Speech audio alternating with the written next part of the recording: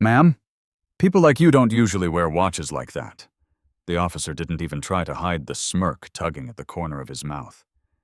His eyes lingered on the luxury timepiece wrapped around the black woman's wrist, then slowly moved up and down her figure, as if searching for proof that she didn't belong anywhere near it.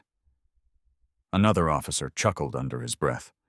Maybe she found it, he muttered loudly enough for the growing crowd to hear. A third officer shook his head in mock disbelief, gesturing exaggeratedly toward the polished silver dial. That watch costs more than most people's yearly salary, he said. You expect us to believe that's yours? The woman stood still on the sidewalk, her posture composed, her expression unreadable. The lead officer stepped closer, too close, lowering his voice just enough to sound threatening. Here's how this goes, he said, already reaching for the cuffs on his belt. You either tell us who you really took it from, or we figure it out at the station. Metal snapped sharply in the tense afternoon air. Phones lifted. Strangers whispered. Someone laughed nervously. Yet the woman did not argue. She did not beg. She simply watched them, as if she already knew something they didn't. Because less than 60 seconds later, someone stepped out of a federal vehicle, and everything changed. If you've ever seen arrogance collapse in real time, you won't want to miss what happened next. Comment where you're watching from and your local time, and stay with us for the full story. Naomi Carter had always understood the power of silence. In her world, the loudest person in the room was rarely the most dangerous one. Real power moved quietly behind polished oak doors, inside chambers where every word carried consequence, inside courtrooms where a single sentence could reshape lives. Naomi had built her career navigating those spaces with precision, discipline, and patience that most people mistook for calm. But calm in Naomi's case was never weakness. It was preparation. At 32 years old, Naomi Carter had already argued cases that law students studied years later. She had stood before appellate panels, negotiated settlements that changed corporate policies, and advised organizations navigating the complex terrain of civil rights compliance. Her name did not appear on billboards or television ads. She did not chase publicity. Yet inside legal circles across Chicago, her reputation carried quiet weight. She was known for something rare. She never spoke more than necessary, but when she did, people listened. That Friday afternoon had begun like dozens of others, structured, intentional, efficient. Downtown Chicago pulsed with its usual rhythm. The late summer sun reflected against glass towers, casting bright, geometric patterns across the sidewalks below. Traffic moved steadily along Dearborn Street horns, occasionally punctuating the steady hum of the city. Professionals hurried between meetings, tourists paused to photograph architecture, and street vendors called out greetings to familiar faces. Naomi stepped out of a black sedan precisely at 3:18 p.m., her heels meeting the pavement with measured confidence. Her driver nodded politely before pulling away, leaving her momentarily framed by the towering federal courthouse rising across the street. She wore a charcoal-tailored blazer that complemented the clean lines of her posture, paired with a soft, ivory blouse that caught the light each time she moved. Her trousers were tailored to perfection, sharp without appearing rigid, professional without appearing forced. Every detail had been chosen intentionally, from the understated leather belt to the small stud earrings that reflected just enough light to emphasize her composed presence. But it was the watch on her wrist that often drew attention. A Patek Philippe Calatrava, white gold casing, minimalist dial sapphire crystal face. Elegant in a way that did not demand attention yet inevitably captured it.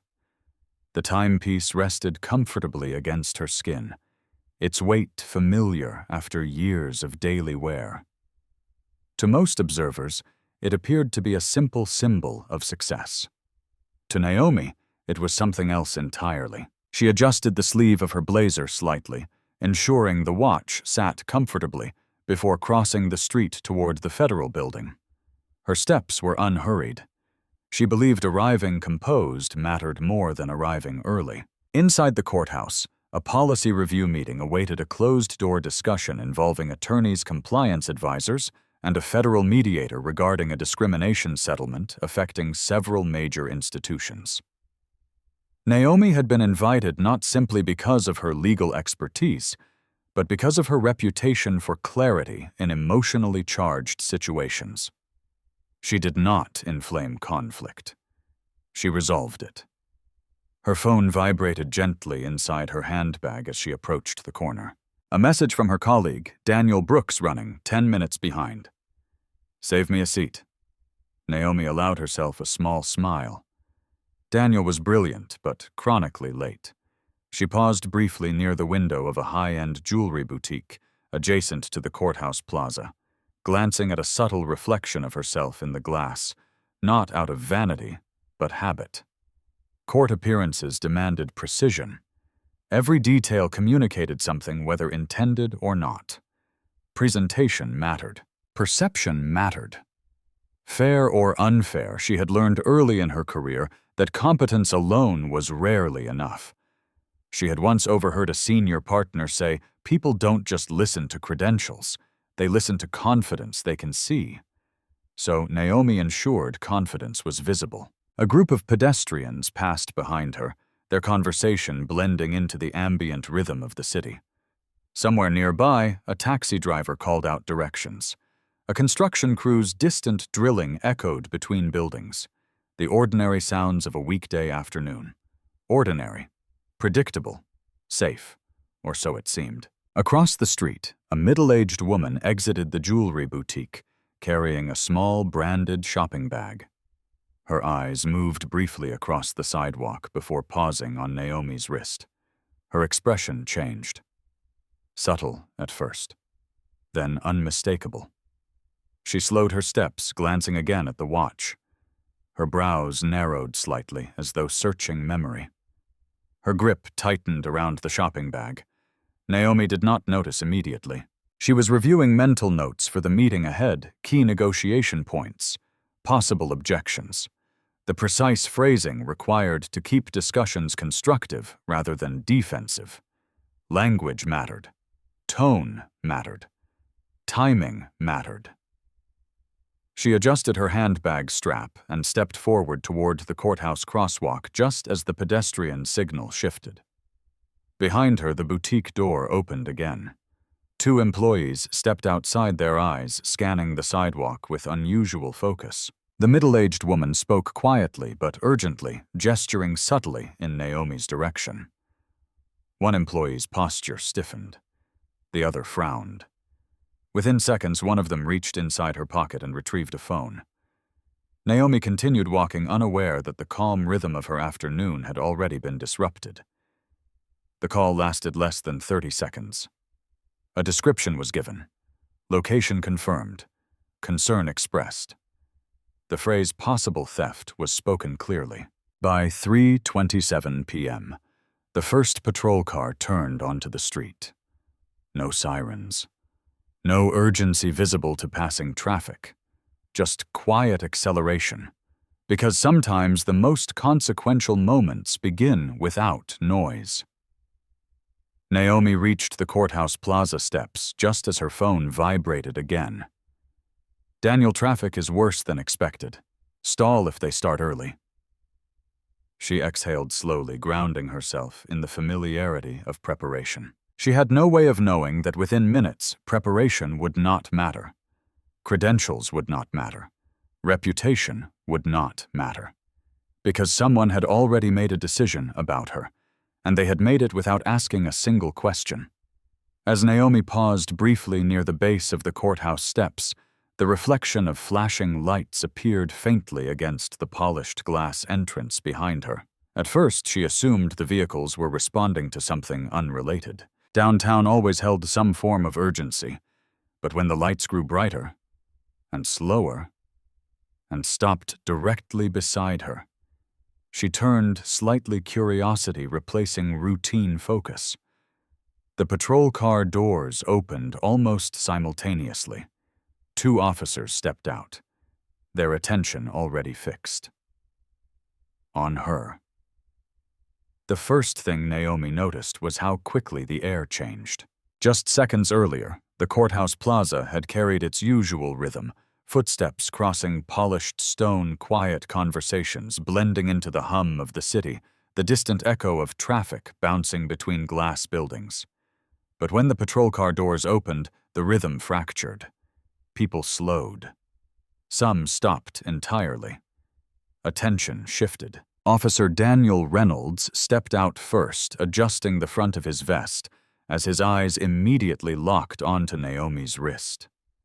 He did not introduce himself right away.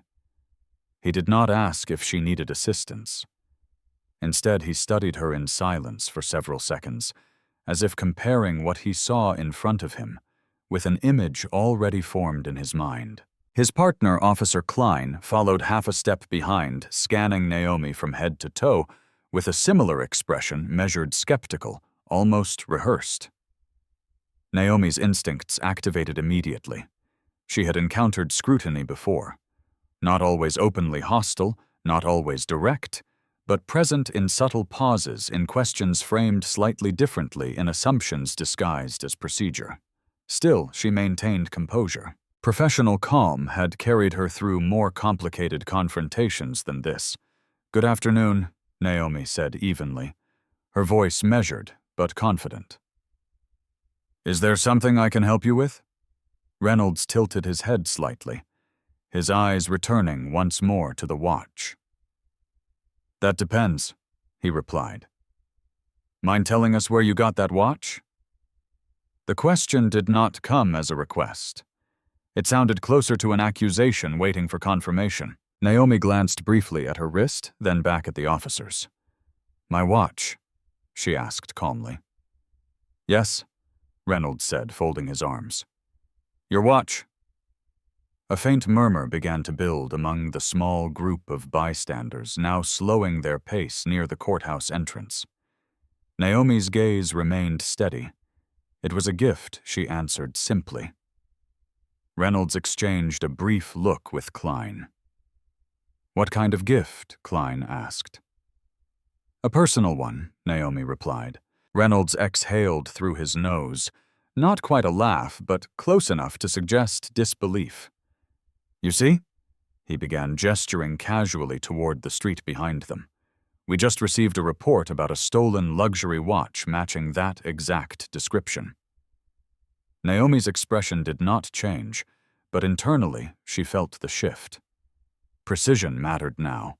Tone mattered even more. And she asked calmly. And Reynolds continued, stepping slightly closer. "The reporting party identified someone fitting your description in the immediate area." Naomi allowed a small pause. "I imagine many people fit a general description," she said. Reynolds' lips pressed into a thin line.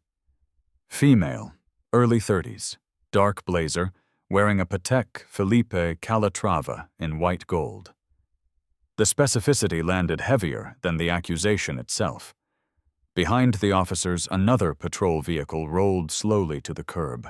Naomi noticed the reflection of blue lights flickering faintly against the courthouse glass doors. Still calm, still composed. She adjusted the strap of her handbag slightly. "I have a meeting in that building," she said, gesturing politely toward the federal courthouse entrance. "If there is a misunderstanding, I'm happy to clarify once I arrive." Reynolds did not move aside. Instead, he shifted his stance, positioning himself more squarely between Naomi and the courthouse steps. "Clarifying now would probably be better," he said. A few pedestrians stopped entirely. One person subtly lifted a phone. Another pretended to check messages while angling the camera toward the interaction.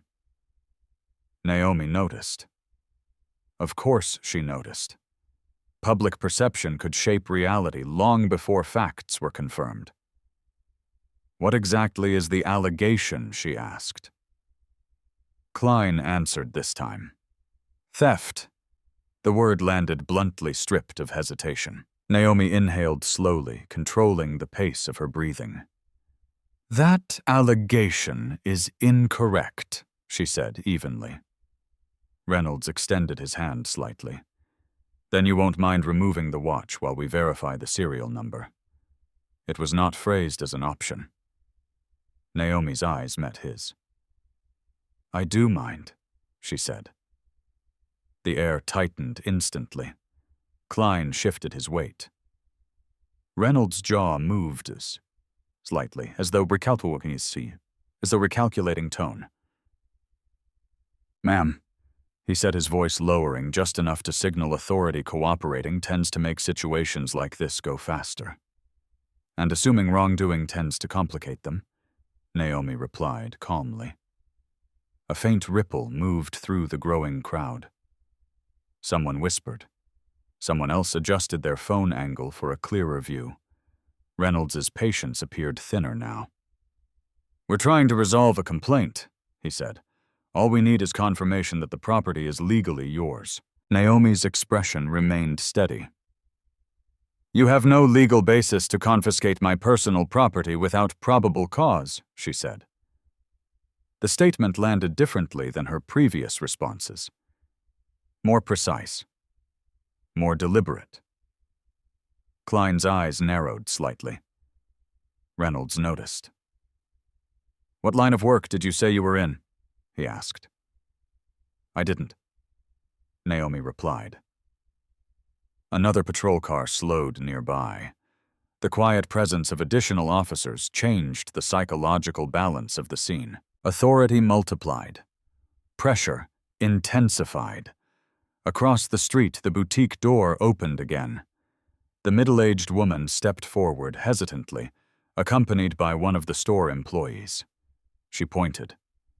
Subtle, but unmistakable. That's her, she said quietly.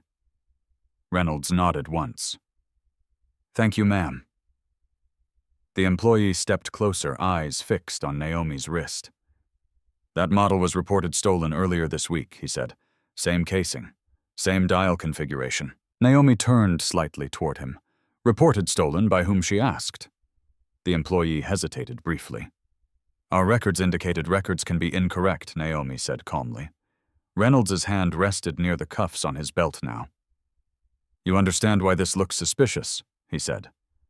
I understand assumptions are being made, Naomi replied. The employee spoke again. We have reason to believe the watch belongs to a private collector. Naomi's voice remained steady. Then that collector is welcome to contact me directly. A flicker of irritation crossed Reynolds's face. That's not how this works, he said. Another phone lifted. A second person began recording openly. Traffic slowed slightly as drivers noticed the gathering crowd. Reynolds stepped closer. Last chance, he said quietly. Remove the watch voluntarily. Naomi did not move. No. The word was calm. Clear. Final. For a moment, no one spoke. Then Reynolds reached for his radio. Dispatch requesting additional unit. Static crackled briefly. Unit en route. Klein adjusted his stance again, subtly positioning himself behind Naomi's left side. The gesture did not go unnoticed. The crowd sensed escalation. One bystander whispered, "This is getting serious." Naomi's mind moved quickly now, not with panic, with calculation. Every movement mattered, every word mattered. Public confrontation created permanent records, and permanent records shaped futures. Still, she did not raise her voice. She did not step back. She did not show fear. Reynolds removed the cuffs from his belt, letting them hang visibly at his side. Ma'am, he said evenly, we are investigating possible possession of stolen property. The words were formal, but the implication was unmistakable. You are being detained until we verify ownership. A hush fell over the immediate area. Phones captured every second. Naomi's posture remained straight, her eyes steady, her voice calm. I've done nothing wrong, she said. Reynolds nodded slightly. That's what we're here to determine. In the reflection of the courthouse glass doors behind them, red and blue lights pulsed rhythmically. More officers approached. And the situation, once a simple misunderstanding, was no longer simple. By the time the third patrol car pulled fully to the curb, the situation had already transformed from a routine inquiry into a public spectacle. Flashing lights reflected sharply across the courthouse's glass facade, creating a staccato rhythm of red and blue that drew even more attention from passing pedestrians. Conversations slowed. Footsteps paused. Curiosity gathered faster than the officers could control it. Public confrontations had gravity. They pulled people in. Within minutes, a small semicircle of onlookers had formed at a cautious distance. Some pretended to scroll through their phones while quietly recording. Others stood openly, arms crossed, observing with expressions ranging from curiosity to concern. Naomi remained at the center of the tension, her posture unchanged, her breathing measured, her gaze steady. The metal weight of attention pressed from every direction, yet she refused to mirror the urgency surrounding her. Officer Reynolds seemed to interpret her calm as defiance. His jaw tightened slightly. "We're not asking for much," he said, gesturing toward her wrist again. "All we need is cooperation." Naomi met his gaze without hesitation. "You already have my cooperation," she replied evenly. "What you're asking for is surrender of my personal property without evidence." Reynolds exhaled sharply, shifting his weight, as if her composure unsettled him more than resistance would have. Klein stepped slightly closer, lowering his voice just enough to sound confidential, but still audible to those nearest. "You understand how this looks, right?" Klein said. "A watch valued at over $180,000, matching the description of an item flagged in an active report, worn by someone we can't immediately verify as the registered owner." Naomi's expression remained composed. "You can verify my identity," she said calmly. Reynolds gave a small shake of his head. "Identification doesn't automatically confirm ownership," he said. Behind them, another officer spoke quietly into his shoulder. Radio relaying updates. Each transmission reinforced the perception that something serious was unfolding. A woman in the growing crowd murmured to her companion, "What did she do?" Another voice answered. "They said something about theft." The word spread quickly. Theft. The accusation carried weight far beyond its syllables. It carried judgment. Naomi noticed the subtle shift in how bystanders looked at her. Now curiosity replaced with cautious distance, as though proximity itself required evaluation. Public doubt moved faster than truth ever could. Reynolds extended his hand again, this time with less patience. "Ma'am, refusing to cooperate may escalate this situation unnecessarily." Naomi did not move. "Escalation is a choice," she replied calmly. Klein crossed his arms. "You're making this harder than it needs to be." "I am protecting my rights," Naomi said. Reynolds' lips pressed together, irritation surfacing more openly now. "Let's try this again," he said. "Where exactly did you acquire the watch?" "It was given to me," Naomi answered. "By who? A private individual." "A name would help," Klein added. Naomi paused briefly, measuring her response. "I am not obligated to disclose private relationships without cause." The officers exchanged another glance. Behind them, the boutique employee shifted uncomfortably, as though uncertain how far the situation had already progressed. "We can confirm the watch model is part of a private collector registry," the employee said cautiously. "The reported stolen piece matches the same series." Naomi turned her attention briefly toward him. "A series can include hundreds of units," she said calmly. "Yes," he admitted. "But the timing of the report, timing does not establish ownership," Naomi interrupted gently. Her tone remained controlled, but her precision carried unmistakable authority. Reynolds noticed. "What exactly is it you do for a living?" he asked again. Naomi met his eyes directly. "I work in law." Klein gave a faint half-smile. "That explains the vocabulary." A few people in the crowd exchanged quiet glances. The remark lingered somewhere between dismissive and skeptical. Reynolds stepped slightly closer, lowering his voice again. "Then you know probable cause allows us to temporarily detain property connected to an active investigation. I also know probable cause requires objective facts," Naomi replied. Silence hovered briefly between them. Another phone lifted higher. Someone whispered, "She sounds like a lawyer." A man near the edge of the crowd said quietly, "Or someone who knows her rights." The atmosphere thickened with tension. Public opinion was forming in real time. Reynolds gestured subtly toward Naomi's wrist again. "The fastest way to resolve this is simple," he said. "You remove the watch, we verify the serial number, and everyone goes on with their day." Naomi remained still. "No." The firmness of the response shifted the tone once more. Klein uncrossed his arms. "You're choosing to prolong this. I am choosing not to consent to an unlawful search or seizure," Naomi replied calmly. The legal phrasing did not go unnoticed. Reynolds's patience appeared to narrow further. "You're currently the subject of a theft investigation," he said. "I am currently the subject of an assumption," Naomi answered. Behind them, the middle-aged woman who had first pointed at Naomi stepped slightly closer, her voice hesitant but insistent. "That's the watch," she said. "I saw the report this morning. Same brand, same color." Naomi turned toward her politely. "Have you seen the serial number?" she asked. The woman hesitated.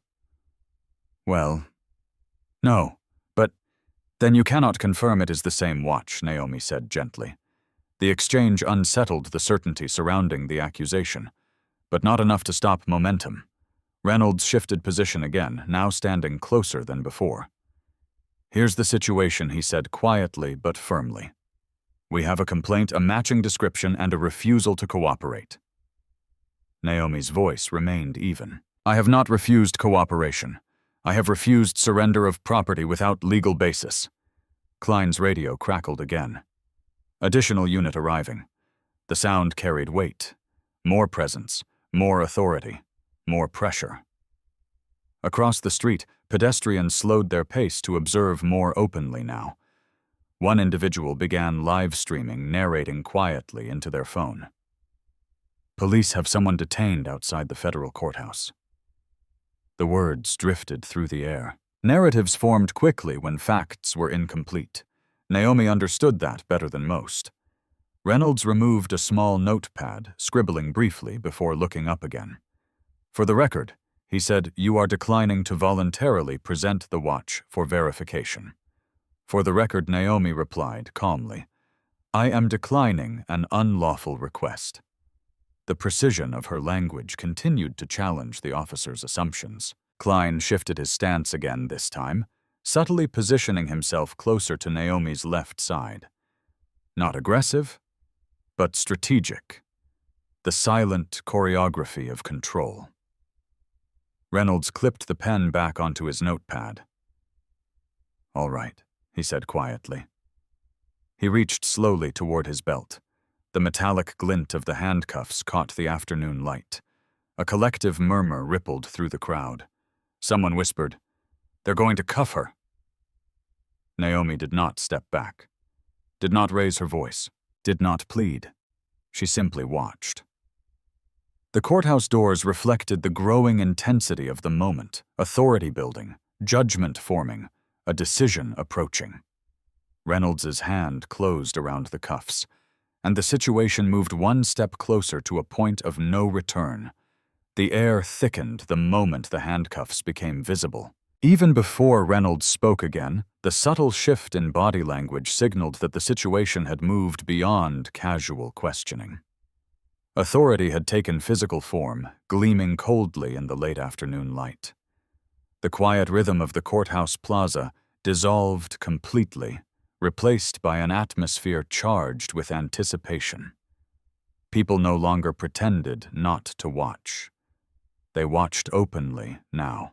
A man standing near the steps lowered his coffee, slowly, eyes fixed on the unfolding confrontation. A woman holding a tablet angled her screen deliberately toward Naomi, recording without attempting to hide it. Two teenagers whispered to each other, their expressions caught somewhere between curiosity and discomfort.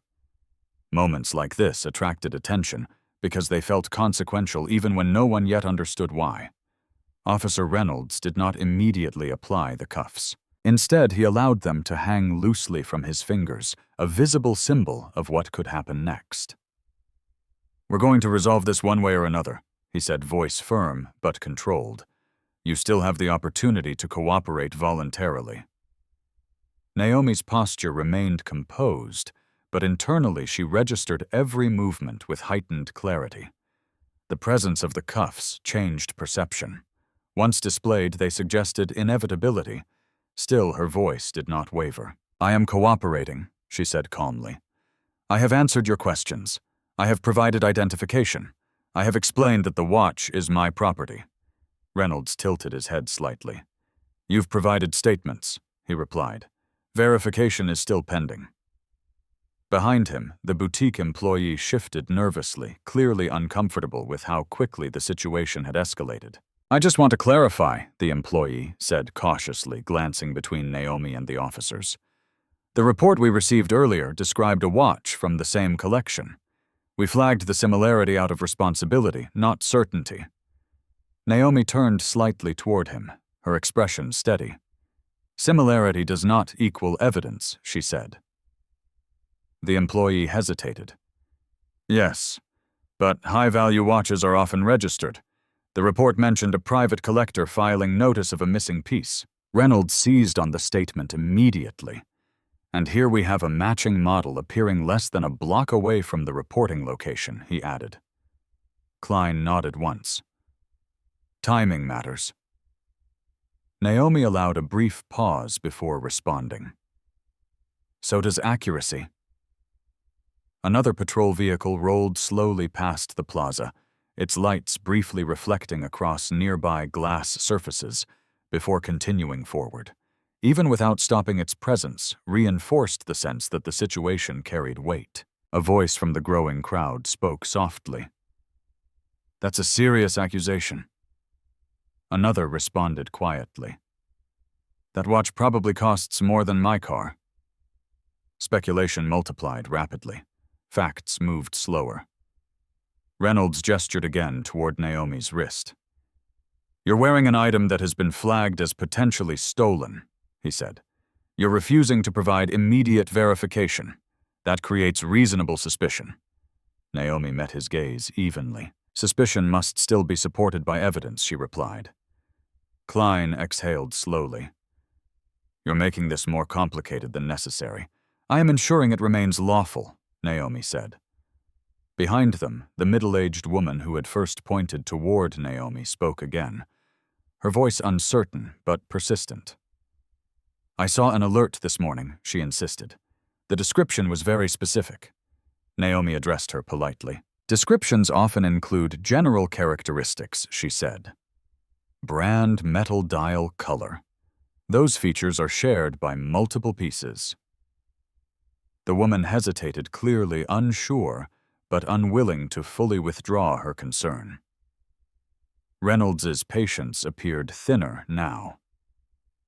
"Ma'am," he said firmly, "high-value theft reports are taken seriously, and high-value accusations require high-value proof," Naomi replied calmly.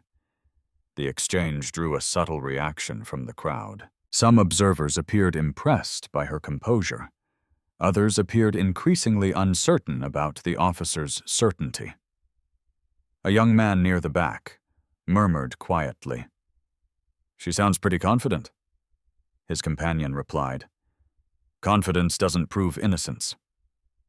The tension fed itself. Each passing second amplified perception. Klein adjusted his radio earpiece as a brief transmission crackled, Unit 4 on standby. Reynolds nodded subtly. Additional presence remained ready. Naomi noticed everything, not because she was anxious, because she was trained to observe dynamics of authority. Power revealed itself most clearly under pressure. Reynolds shifted the cuffs slightly, allowing the metal to click softly as he rotated them in his hand. "We are attempting to resolve this efficiently," he said. "Failure to cooperate may result in temporary detention." "I am already being detained," Naomi replied calmly.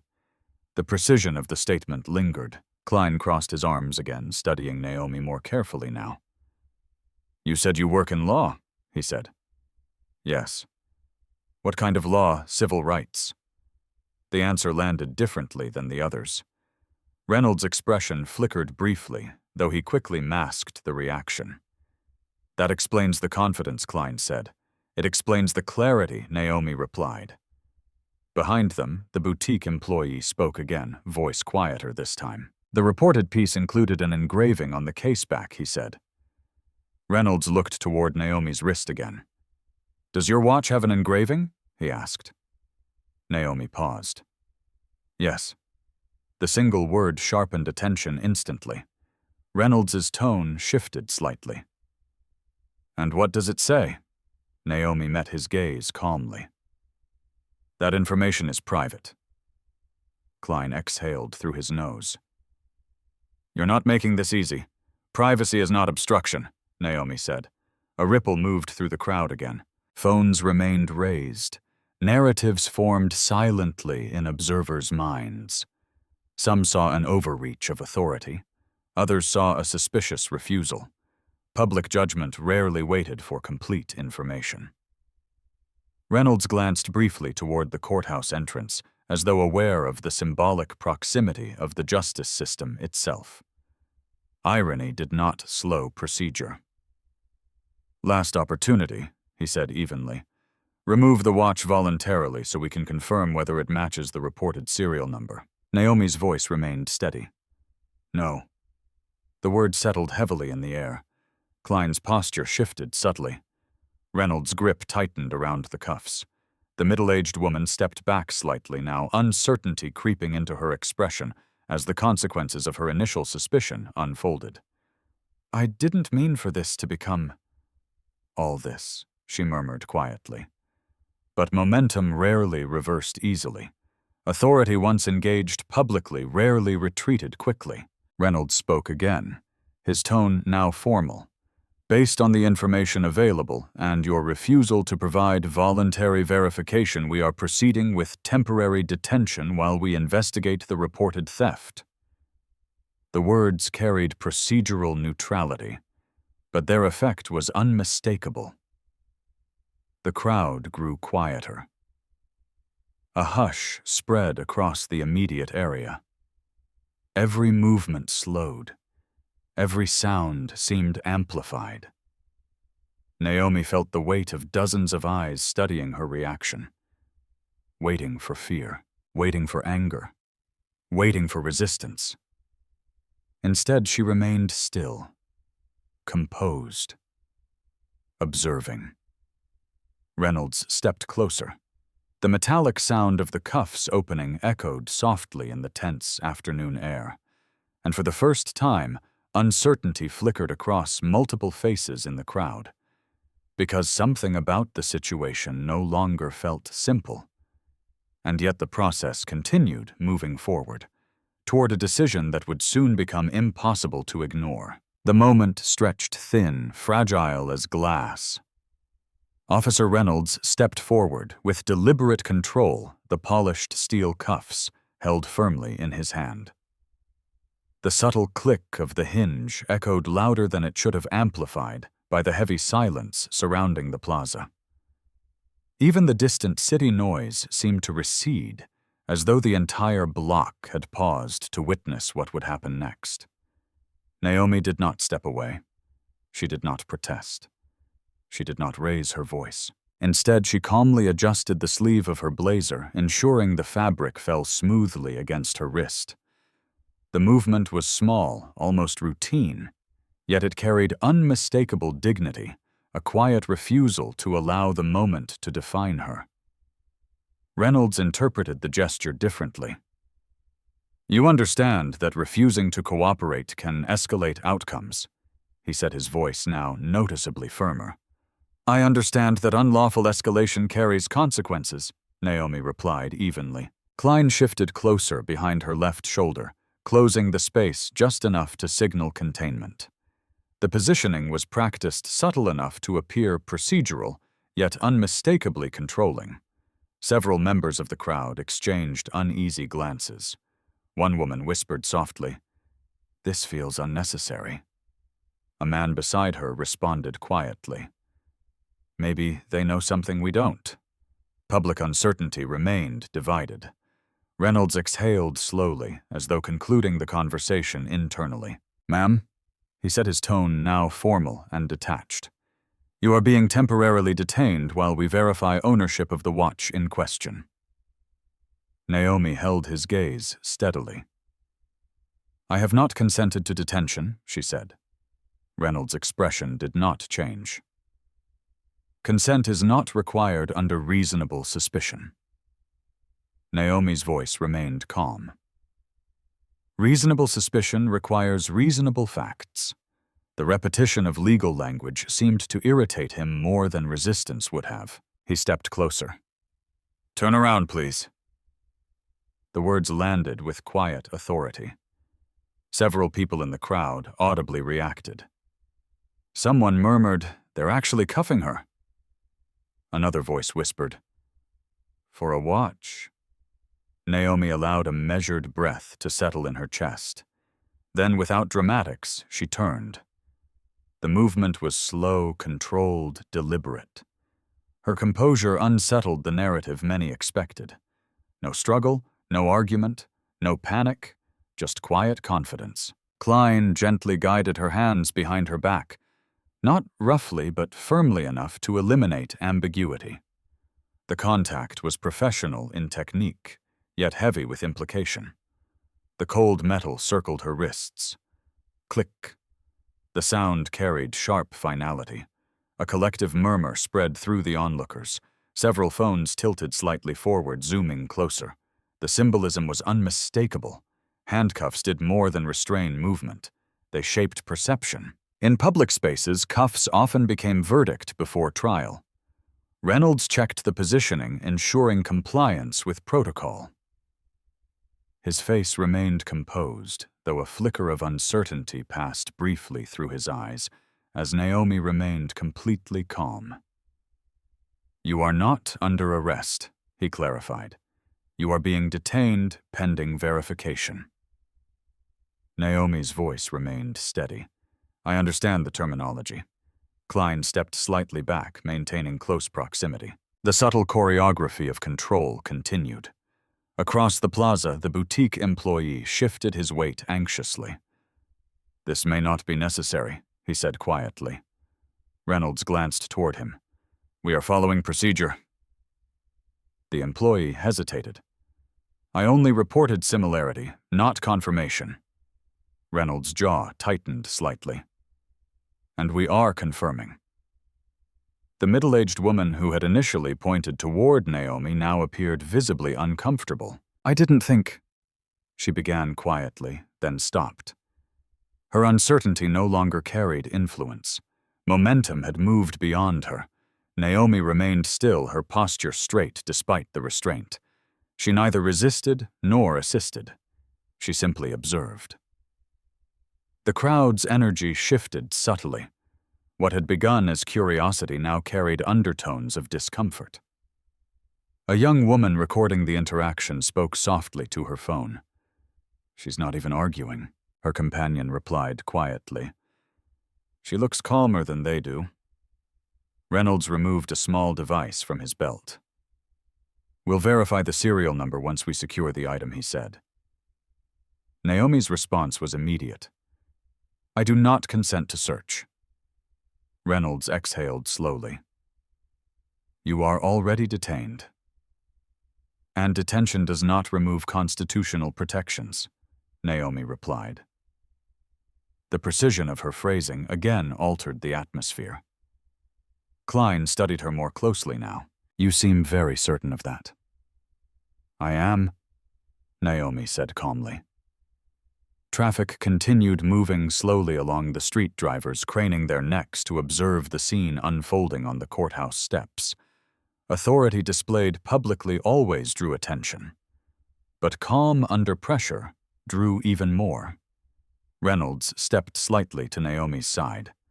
"For now," he said, "we are requesting confirmation from the reporting party regarding identifying details." Klein spoke quietly into his radio. "Confirm engraving description." Static crackled briefly. "Stand by." Seconds stretched longer than they should have. Naomi remained silent, observing, waiting. A faint breeze moved through the plaza, shifting loose strands of hair near her face. The late afternoon sun reflected gently against the courthouse glass, casting long geometric shadows across the pavement. Time moved strangely in moments like this, both fast and slow, simultaneously urgent and suspended. The boutique employee spoke again, voice cautious. The reported engraving included initials. Reynolds looked toward Naomi. "Care to share what your engraving says now?" Naomi met his gaze. No. The refusal remained calm, controlled, consistent. Klein's radio crackled again. "Attempting contact with reporting collector." Reynolds nodded once. Behind them, a man in the crowd whispered, "If she really stole it, she wouldn't be this calm." Another responded, "Or she's confident she won't get caught." Perception divided along invisible lines. Judgment formed without resolution. Reynolds adjusted his stance again, maintaining visible authority. "We will resolve this shortly," he said. Naomi did not respond. She simply stood there, wrists restrained, dignity intact. The courthouse doors reflected the tableau, officers' crowd flashing lights, a woman standing still at the center of attention she had never invited. Public scrutiny had already begun shaping the story, and stories once formed rarely disappeared easily. Klein's radio crackled once more. "Collector unavailable at this time." Reynolds' brow tightened slightly. Verification delayed. Resolution postponed. Pressure sustained. Naomi remained silent. Calm. Unshaken. And increasingly that calm began to unsettle those who had expected something very different. Because fear was predictable. Anger was predictable. Panic was predictable. But certainty. Certainty suggested something else entirely, something the officers had not yet considered. The longer Naomi Carter stood in handcuffs, the more the situation began to evolve beyond a simple misunderstanding. What had started as a suspicious glance had now hardened into an official incident documented by multiple officers, recorded by strangers, and quietly forming a narrative that threatened to follow her long after this moment ended. Officer Reynolds maintained his stance in front of her, posture, straight, expression controlled, but increasingly strained. His earlier confidence had softened, replaced by a quiet determination not to appear uncertain in front of both the public and his fellow officers. Authority once displayed publicly rarely allowed space for doubt. Klein stood slightly to Naomi's side, monitoring the crowd with trained awareness, though his eyes returned repeatedly to the restrained woman, whose calm composure continued to disrupt the tone they had expected. Most individuals placed in handcuffs protested. Most became defensive. Most showed visible signs of distress. Naomi did none of those things. She stood still, breathing evenly, gaze level, neither hostile nor submissive. Observing. Waiting. The quiet confidence unsettled assumptions. Reynolds removed the identification Naomi had provided earlier from his pocket and studied it again as though repetition might reveal something previously overlooked. "Naomi Carter," he read aloud. His eyes moved slowly across the printed information. Attorney. Illinois Bar Registration Number. Professional credentials clearly listed.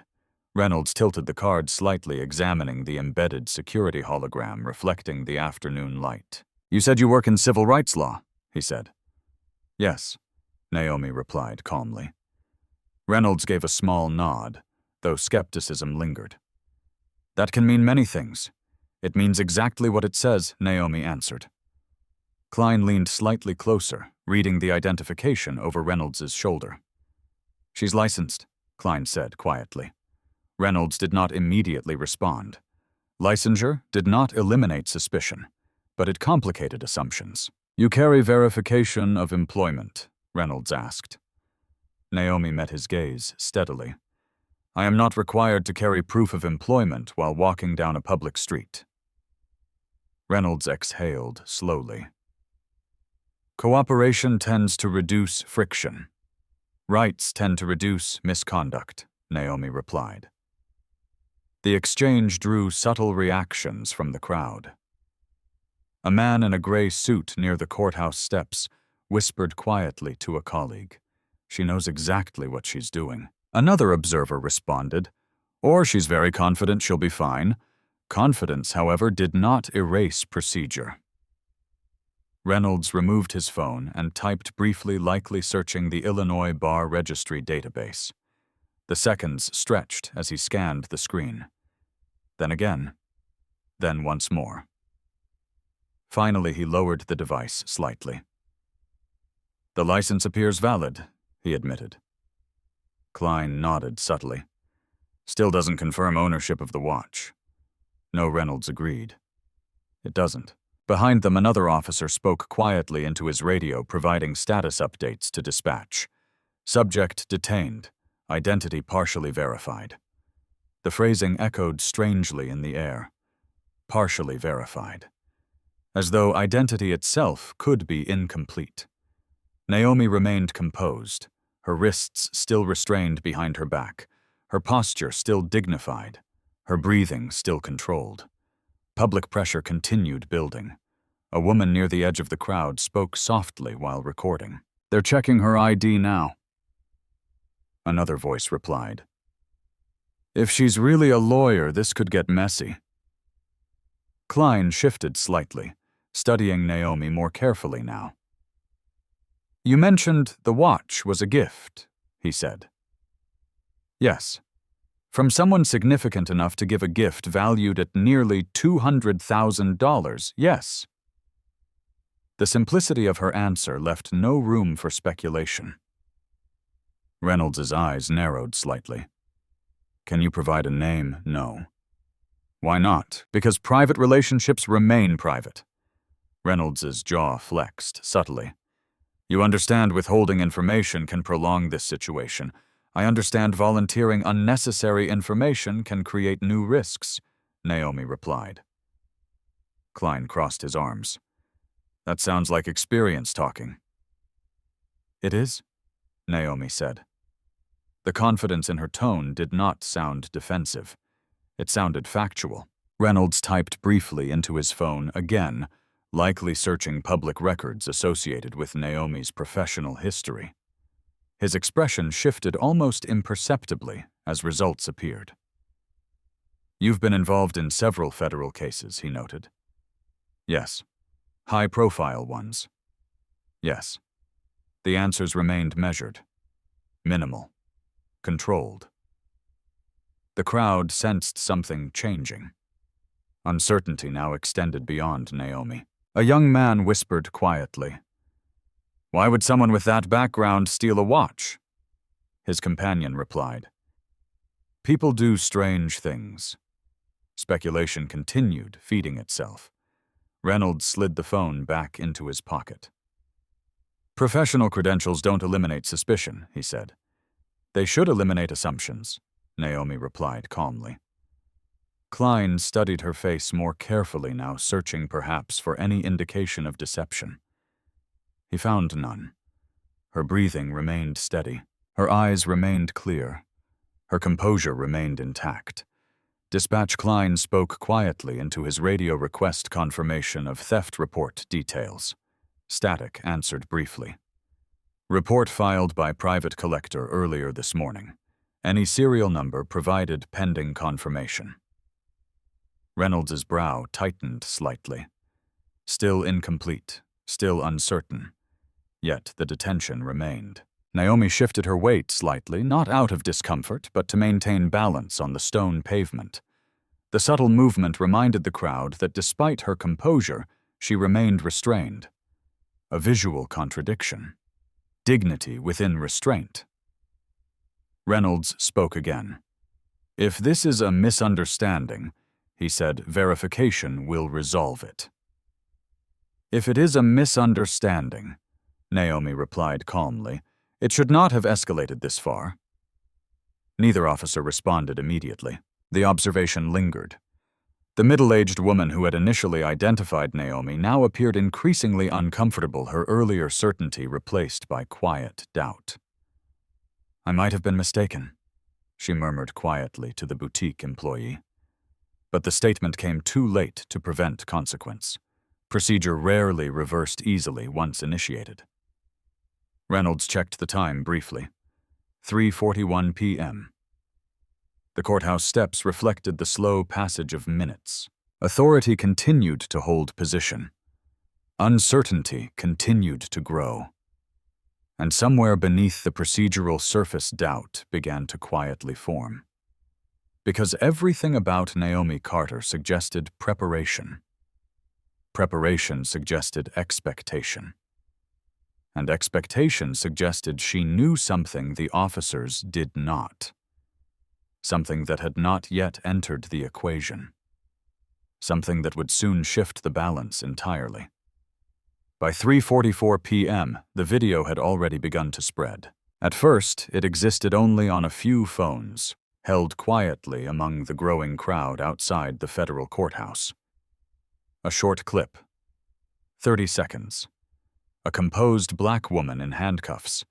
Police officers surrounding her. A whispered accusation of theft floating through the audio like a stain. Then the clip was posted. Within seconds, the algorithm did what algorithms do. It amplified. A live-stream viewer count climbed steadily as more people joined, drawn by the tension in the title. Woman detained outside federal courthouse over luxury watch theft. Context moved slower than reaction. Comment sections began forming opinions immediately. Some viewers expressed concern. Some expressed suspicion. Some expressed certainty without information. The digital world rarely waited for clarity. On the sidewalk, Naomi remained still, her wrists restrained behind her back, posture, straight expression composed. But internally she understood the deeper risk unfolding now. Reputation damage did not require guilt. It required exposure. Officer Reynolds spoke quietly with another arriving officer, while Klein monitored the crowd more attentively than before. The number of onlookers had grown to nearly 30 people, forming an uneven semicircle around the unfolding situation. A man wearing a courier badge whispered quietly into his phone, narrating the scene for someone listening remotely. "They've got her cuffed right in front of the courthouse. Yeah, expensive watch. They think it's stolen." Another bystander read comments aloud from the live stream. "Someone online says she's refusing to cooperate." Another voice added, "Someone else says she's a lawyer." Information collided chaotically. Truth struggled to keep pace. Naomi's phone vibrated inside her handbag, the faint sound barely audible beneath the murmur of the crowd. She could not reach it. Klein noticed the vibration. "Expecting a call?" he asked. "I receive many," Naomi replied calmly. "Important ones, all of them." Reynolds spoke again, voice controlled but increasingly conscious of public perception. "We are attempting to confirm ownership through official channels," he said, almost as much for the crowd as for Naomi. The statement functioned as justification, narrative management. The boutique employee shifted uncomfortably near the edge of the gathering. "I want to reiterate," he said cautiously. The store did not accuse her directly. "We only identified a possible match." Reynolds nodded once. "And we are verifying that possibility." But doubt had already begun spreading beyond the sidewalk.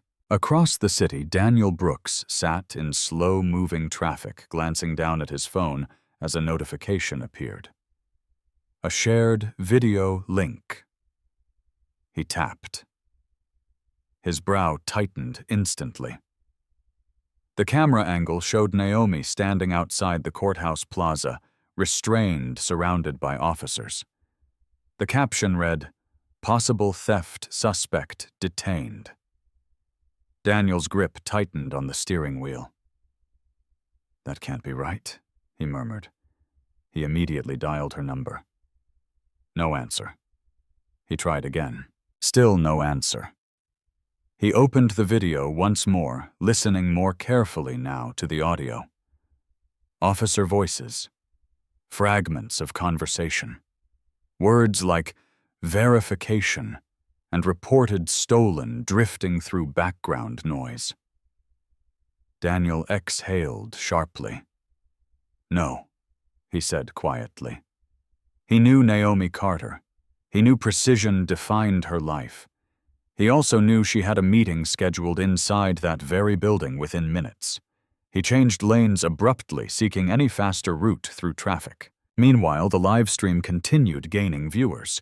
Comments multiplied. Some expressed support. Some expressed doubt. Some assumed guilt. A woman standing near the back of the crowd lowered her phone briefly and spoke quietly to a companion. "She doesn't look nervous," her friend replied. "Some people hide it well." Perception continued dividing. Officer Klein spoke quietly into his radio again. Any update from reporting party static answered. "Collector representative unavailable." Reynolds's patience tightened slightly. "Continue attempts," he replied. Verification delayed again. Resolution postponed. Pressure sustained. Naomi shifted her weight slightly, the cuffs limiting movement but not posture. She remained composed, observant, unshaken. A young journalist passing nearby paused when she noticed the gathering. Her professional instinct activated immediately. She stepped closer quietly, recording footage from a discreet angle. Her press badge hung partially concealed beneath her jacket. "Excuse me," she asked gently toward the officers. "Can you confirm whether an arrest has been made?" Reynolds glanced briefly toward her. "No arrest at this time," he replied. "Then why is she in handcuffs?" the journalist asked. "For officer safety during detention," Reynolds answered. The phrasing sounded procedural, but its optics told a different story. The journalist's camera captured Naomi's calm expression. Her restrained wrists, her unwavering posture. Images carried influence. Images shaped narratives. And narratives shaped public opinion. Across the plaza, a government vehicle turned slowly onto the street unnoticed at first, amid the attention focused on Naomi. Dark exterior. Official plates. Discreet but unmistakable presence. Inside the vehicle, a driver spoke quietly into a hands-free communication system. "Yes, we've arrived." The vehicle slowed near the courthouse entrance. Still unnoticed. Still unremarkable. Until the rear passenger door opened. Back on the sidewalk, Reynolds checked his watch briefly. 3:52 p.m. Time advancing. Tension holding. Naomi remained still, her eyes scanning the reflective courthouse glass for subtle movement. And then she saw it. A familiar silhouette stepping from the government vehicle. Her expression did not change. But something shifted quietly behind her calm gaze. Something almost imperceptible. Recognition. The journalist near the edge of the crowd adjusted her camera, slightly capturing the arrival, without yet understanding its significance. The driver closed the vehicle door respectfully. The arriving figure paused briefly, observing the scene from a distance. Authority often revealed itself through presence alone. Klein followed Naomi's gaze momentarily, but did not yet register what she had seen. Reynolds continued speaking into his radio, unaware that the balance of power had already begun to tilt. Because within moments, someone with far greater authority would enter the conversation. And when they did, every assumption made so far would be forced into the open. The government vehicle did not announce itself with flashing lights or urgency. It arrived quietly, almost respectfully, as though aware that true authority rarely needed spectacle.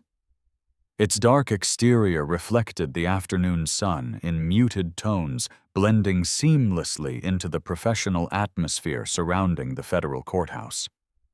Yet the moment the rear passenger door opened, the energy in the air began to change. The driver stepped aside immediately, posture straight, eyes forward, a subtle gesture of respect. Then she appeared. Judge Patricia Cole did not rush. She never rushed. Years on the federal bench had refined her presence into something unmistakable, calm, controlled, deliberate. She stepped onto the pavement with measured precision, her dark navy suit impeccably tailored, her silver hair pulled neatly back, every detail reinforcing the quiet weight of her authority. She paused briefly, her sharp eyes scanning the unusual gathering near the courthouse entrance. Her gaze moved across the flashing patrol lights, the cluster of officers, the raised phones, the restrained figure standing at the center of attention. Then her expression changed. Not dramatically, but unmistakably. Recognition. Judge Cole's pace slowed slightly as she approached, her attention now fixed on Naomi Carter. Naomi remained composed, wrists restrained behind her back posture, still dignified despite the circumstances. From a distance, her expression appeared unchanged, but internally she understood the significance of this moment. Timing mattered. Presence mattered. Witnesses mattered. Officer Reynolds noticed the approaching figure only when the crowd subtly parted, creating an unconscious pathway. Authority, when recognized collectively, often required no verbal introduction. Klein followed the movement of shifting bodies and turned as well. Both officers immediately recognized the insignia pin worn discreetly on the judge's lapel. Their posture adjusted instinctively. Judge Patricia Cole stopped several feet away, her gaze moving carefully between Naomi and the officers. "What is happening here?" she asked calmly. Her voice was neither raised nor emotional, but it carried unmistakable command. Reynolds stepped forward quickly, his tone shifting to formal professionalism. "Good afternoon, Your Honor," he said. "We are currently investigating a reported theft involving a high-value item." Judge Cole's eyes moved briefly toward Naomi's restrained wrists. Her expression hardened slightly. "Is that so?" she asked.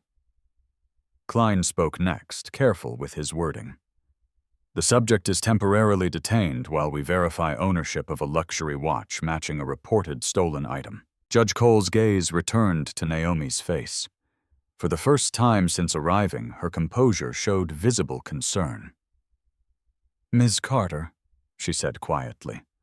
The name landed heavily.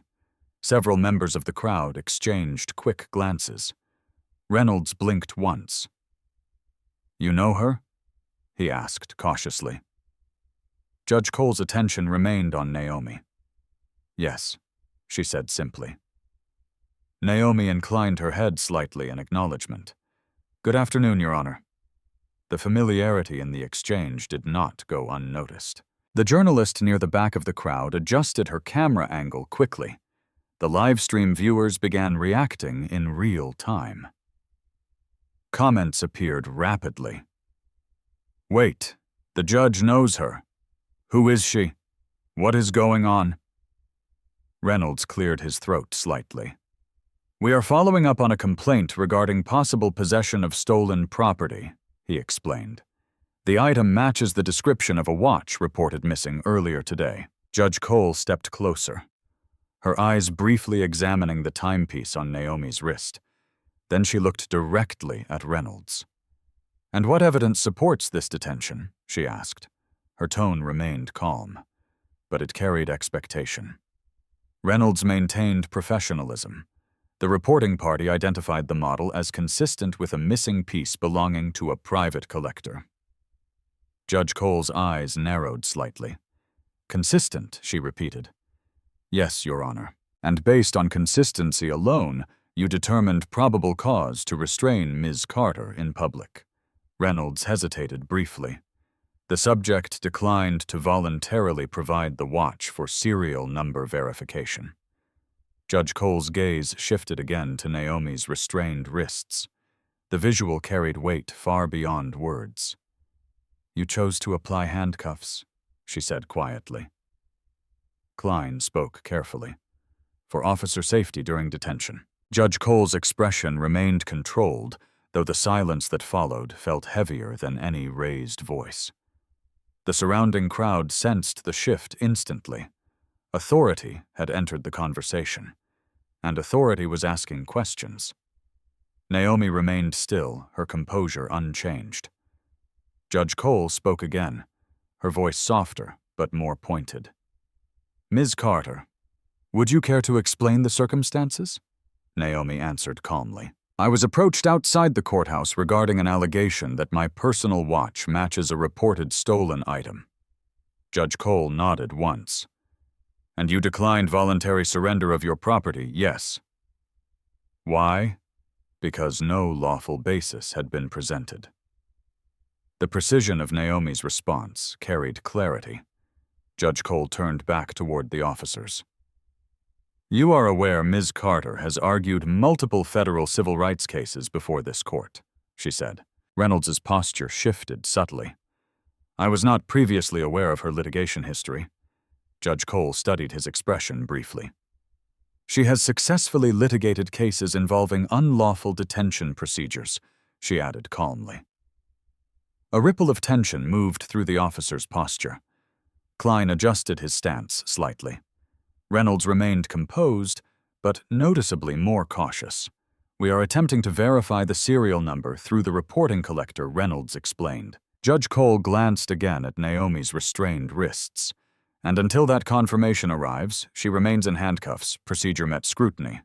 Authority evaluated authority. Yes, Your Honor, Reynolds answered carefully. Judge Cole paused. Silence expanded briefly between them. The journalist's camera captured every second. Live stream comments accelerated rapidly. This just got serious. Why is a federal judge involved?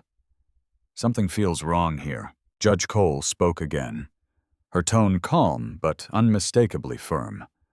I would advise careful consideration of proportional response when evidence remains unconfirmed. Reynolds nodded once. Understood, Your Honor. But procedure once initiated could not be undone instantly without acknowledgement of error, and acknowledgement required certainty. Judge Cole stepped slightly closer to Naomi. Her voice lowered quiet enough that only those nearest could hear clearly. I trust there is documentation verifying ownership, she asked. Yes, Naomi replied calmly. Accessible? Yes. Judge Cole nodded once, then turned again toward the officers. I suggest resolving this matter promptly, she said. Her phrasing remained diplomatic, but the implication was unmistakable. Resolve this correctly, or consequences will follow. Because now the situation carried witness, and not just any witness, a federal judge, and the balance of power had begun shifting faster than anyone expected. The atmosphere shifted in a way no flashing lights ever could. Moments earlier, the officers had controlled the rhythm of the interaction. Their voices directed the sequence of events. Their presence shaped the narrative, forming both on the sidewalk and across the growing live stream audience. Now another authority had entered the frame, one whose influence did not depend on numbers uniforms or procedure manuals. Judge Patricia Cole stood calmly beside Naomi Carter, her presence alone introducing a new variable the officers had not anticipated. Public perception began adjusting in real time. The crowd sensed the shift immediately. Authority was no longer one-sided. Officer Reynolds straightened subtly, his earlier confidence now tempered with careful precision. Klein adjusted his stance as well, his posture less assertive than before, as though instinctively recognizing that every word spoken now would carry amplified scrutiny. Judge Cole's gaze moved once more to Naomi's restrained wrists. Her expression remained composed, but the quiet firmness behind her eyes signaled unmistakable concern. "How long has Ms. Carter been detained?" the judge asked. Reynolds consulted his watch briefly. "Approximately 25 minutes, Your Honor." And during those 25 minutes, Judge Cole continued calmly. "What verifiable evidence has emerged confirming the watch is stolen?" Reynolds chose his words carefully. "The model matches a description from a report filed earlier today. We are currently attempting to confirm the serial number." Judge Cole's head tilted slightly. "So confirmation has not yet been obtained?" "No, Your Honor." The judge allowed a small pause. And yet restraints were applied. Reynolds maintained composure. The subject declined voluntary presentation of the watch. Naomi spoke evenly. "I declined surrender of my property without probable cause." Judge Cole nodded once, as though confirming something internally. The journalist filming nearby subtly zoomed in, capturing every micro-expression. The live-stream comments accelerated again. "She's a lawyer. The judge clearly knows her. This looks serious." Judge Cole turned slightly toward Naomi. For the record, she asked calmly, "Are you currently scheduled to appear in this courthouse today?" "Yes, Your Honor," Naomi replied. "In what capacity?" "Advising on a civil compliance review involving federal oversight standards." Reynolds's attention sharpened slightly at the phrasing. Federal oversight. The words carried weight. Judge Cole spoke again. "And your professional role in that matter?" "Lead external counsel." The clarity of Naomi's position added context the officers had not previously considered. Judge Cole's eyes returned to Reynolds. "Ms. Carter is recognized within this jurisdiction for her work in constitutional litigation," she said calmly. Reynolds inclined his head respectfully. "I understand, Your Honor."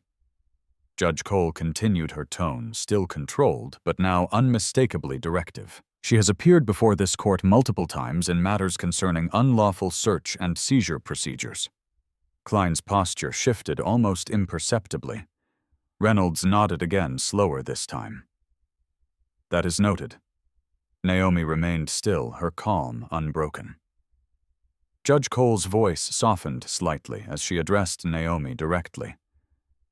"I assume the watch in question is not recently acquired?" "No," Naomi replied. "How long have you owned it?" 3 years. Judge Cole nodded once more. "And it was given to you as a personal gift, yes. Connected to a professional matter?" "Yes." The exchange revealed more information than any earlier questioning had achieved. Judge Cole turned once more to the officers. The watch was presented to Ms. Carter following her successful litigation in a federal civil rights case involving unlawful asset seizure, she explained calmly. Reynolds' expression tightened slightly. The information altered context significantly. "That matter resulted in precedent-setting procedural reforms," Judge Cole added. Klein exhaled slowly, absorbing the implication. Reynolds spoke carefully. "Our responsibility remains verification of the reported stolen property claim." "Of course," Judge Cole replied. Her agreement did not weaken her presence. If anything, it strengthened it. Because her tone made one thing clear: verification must be grounded in fact, not assumption. The boutique employee shifted again, now visibly uncomfortable with how the situation had evolved. "I should clarify," he said cautiously. "The store did not confirm theft. We flagged similarity based on description alone." Judge Cole acknowledged him with a brief nod. "Similarity can create concern," she said. Then her gaze returned to Reynolds.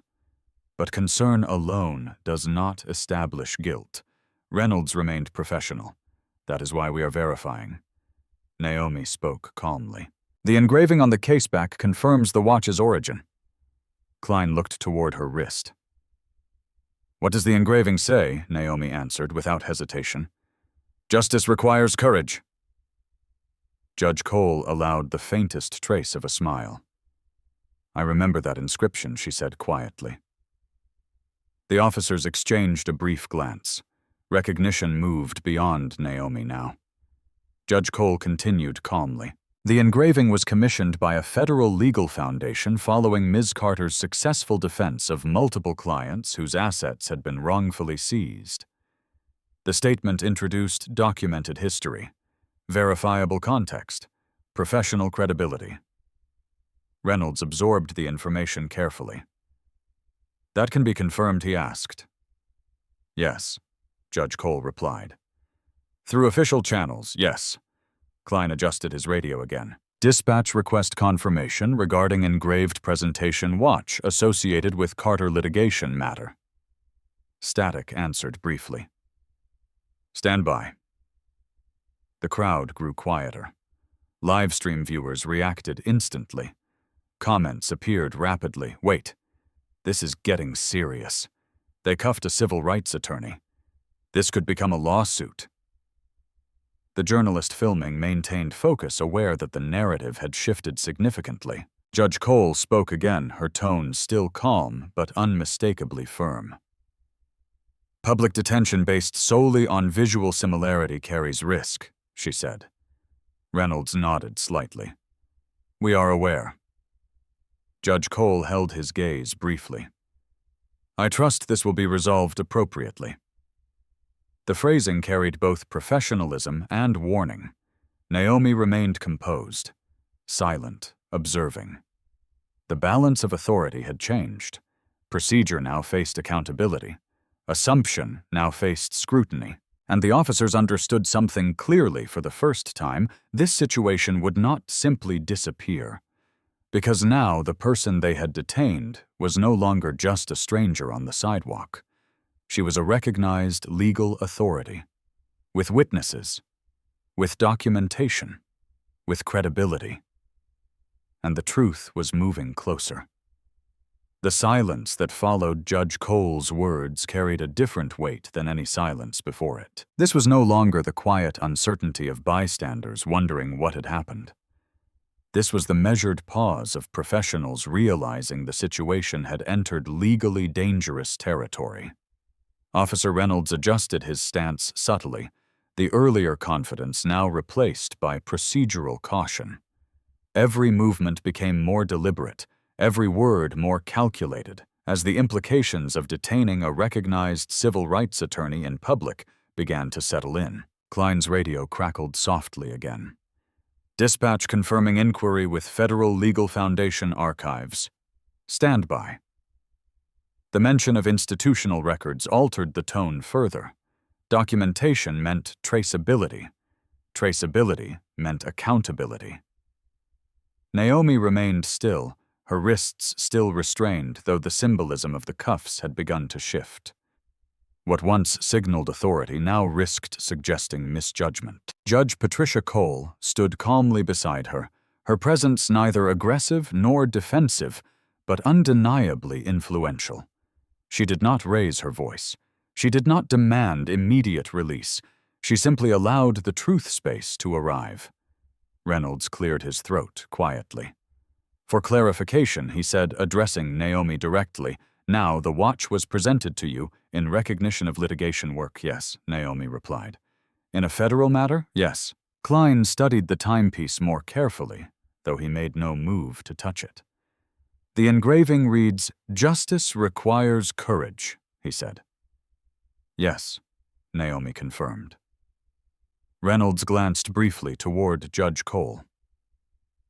"Do you personally have knowledge of this presentation?" he asked.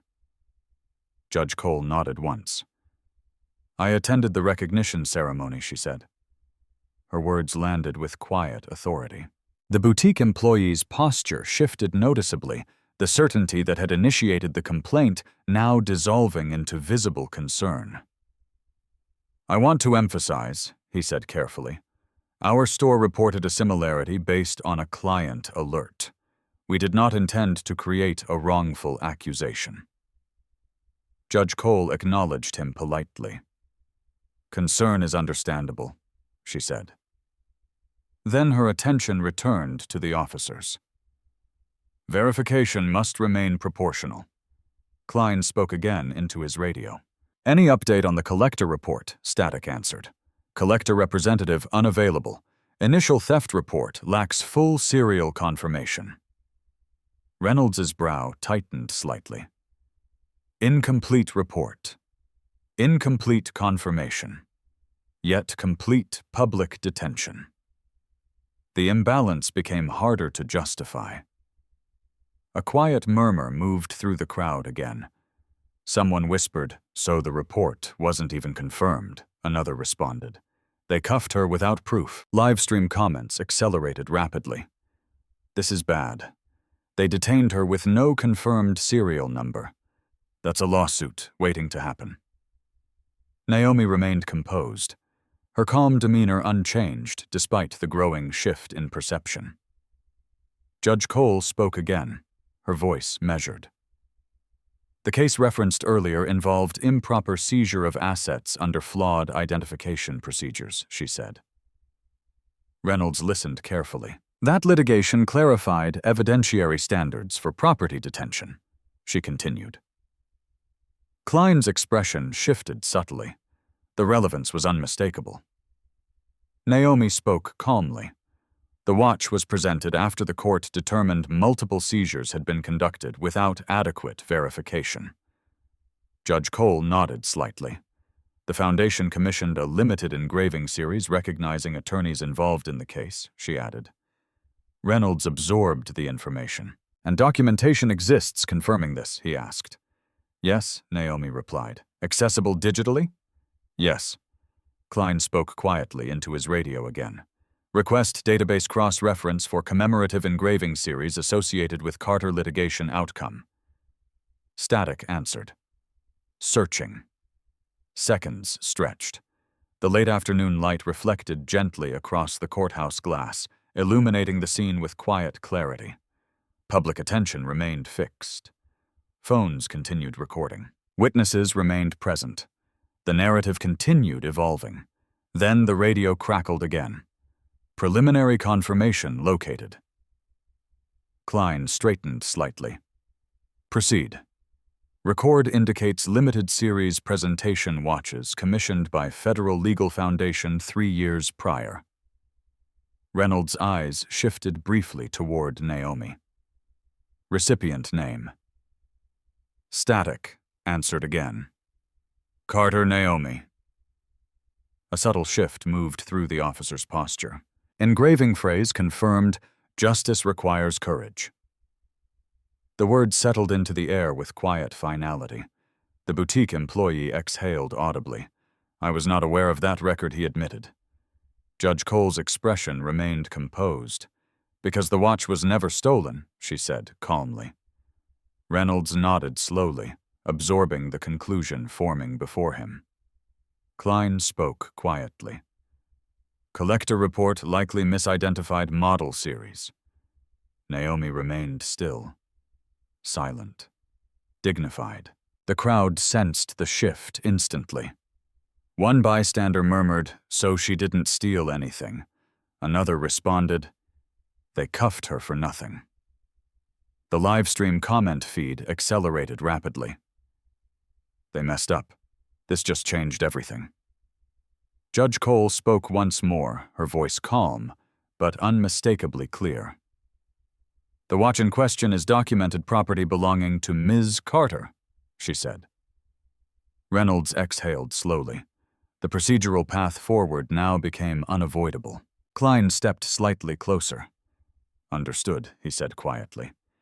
The sound of metal shifting broke the silence as Reynolds reached carefully toward the handcuffs. For the first time since the detention began, uncertainty appeared openly across his expression. Not dramatic, but visible. The moment carried weight beyond inconvenience, because public restraint required public correction. The crowd leaned in, slightly anticipation replacing tension. Phones captured every movement. Witnesses observed every gesture. Judge Cole did not intervene. She did not instruct. She simply watched, allowing procedure to correct itself, allowing accountability to surface naturally. Reynolds spoke carefully. "Ms. Carter," he said, voice controlled but quieter. "Now we are verifying final confirmation through dispatch." Naomi inclined her head slightly. "I understand." The professionalism of her response contrasted sharply with the escalation that had led to this moment. Dignity remained intact. Even now. Especially now. Because the truth had arrived, and the consequences of ignoring it were becoming impossible to deny. The confirmation did not arrive loudly. It arrived quietly, almost anticlimactically, through the small crackle of Klein's radio, a simple statement that dismantled nearly 30 minutes of public suspicion. Ownership verified. No theft record associated with subject. The words were procedural, neutral, yet their impact was immediate. The air shifted again, this time heavier with the weight of realization. Officer Reynolds did not respond right away. His posture remained steady, but the tension that had once projected certainty now revealed something else entirely: awareness. Awareness that the situation had crossed a line difficult to retrace. Awareness that every second of the encounter had been documented from multiple angles. Awareness that the restrained woman standing calmly before him had not only been telling the truth, but had been right. Klein lowered his radio slowly, his jaw tightening slightly as the final piece of confirmation settled into place. Judge Patricia Cole observed the officers carefully, her expression composed but unmistakably attentive. She did not rush them. She did not instruct them. Accountability, she understood, often carried greater weight when it unfolded without force. The crowd sensed the shift instantly. Murmurs moved through the small gathering like a ripple through still water. So it wasn't stolen. They really cuffed her for nothing. That's going to cause problems. Phones remained raised, capturing every moment of the reversal. Livestream comments accelerated rapidly. This just turned into a serious mistake. They detained her publicly with no evidence. This is exactly what civil rights cases are about. Naomi remained still, her wrists still restrained behind her back, though the symbolism of the cuffs had now completely inverted. What once signaled suspicion now signaled error. Reynolds inhaled slowly, his professionalism intact, but noticeably more deliberate. "Ms. Carter," he said carefully, "based on updated confirmation, the watch is verified as your property." Naomi's voice remained calm. "That aligns with what I have stated since the beginning." Reynolds nodded once. Yes, the single syllable carried more weight than a longer explanation would have. Klein stepped slightly forward, his movements more cautious now. Without unnecessary commentary, Reynolds reached toward the handcuffs. The metallic click that had earlier drawn attention now echoed differently. The release of tension often sounded quieter than its creation. Click. The cuffs loosened. Click. The metal separated. Naomi slowly brought her hands forward, her wrists free once again. She did not rub them. She did not react emotionally. She simply allowed her arms to rest naturally at her sides. Dignity remained intact. Judge Cole observed the moment silently. The crowd watched closely. Phones recorded continuously. Public correction once captured rarely disappeared. Reynolds spoke again, voice measured. Ms. Carter, we regret the inconvenience caused during this investigation. The phrasing sounded formal, carefully chosen, institutionally neutral. Naomi met his gaze calmly. Inconvenience implies minor disruption, she replied. Her tone remained even. But the meaning was unmistakable. Reynolds accepted the statement with a small nod. Klein shifted slightly, clearly aware that the incident would now extend beyond this sidewalk. A young journalist stepped forward, slightly careful not to interfere, but unable to ignore the significance of what had just occurred. Officer, she asked politely, can you confirm that Ms. Carter was detained based solely on a visual similarity report? Reynolds maintained professionalism. The detention was based on a reported description that required verification. The journalist nodded, capturing the statement. And that verification has now confirmed no theft occurred, yes. The answer settled heavily in the air. Naomi adjusted the sleeve of her blazer, gently restoring the natural placement of her watch. The engraved words caught the afternoon light briefly. Justice requires courage. The phrase now carried visible relevance. Judge Cole spoke quietly, her voice calm but precise. I trust this matter will be documented accurately, she said. Reynolds inclined his head respectfully. Yes, Your Honor. Klein added quietly, a full report will be submitted.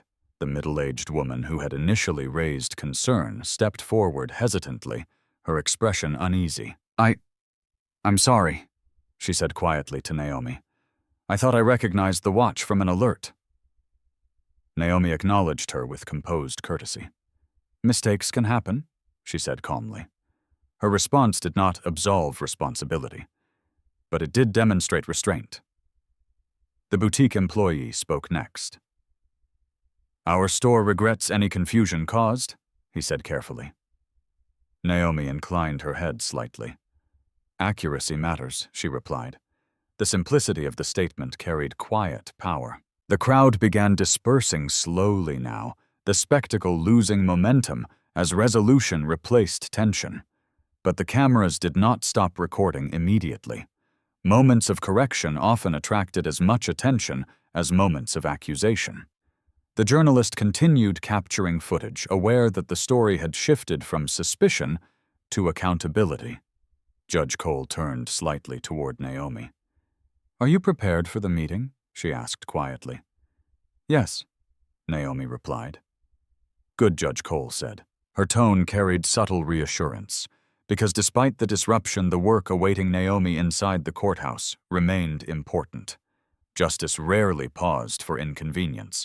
Reynolds stepped back, creating respectful distance. Klein did the same.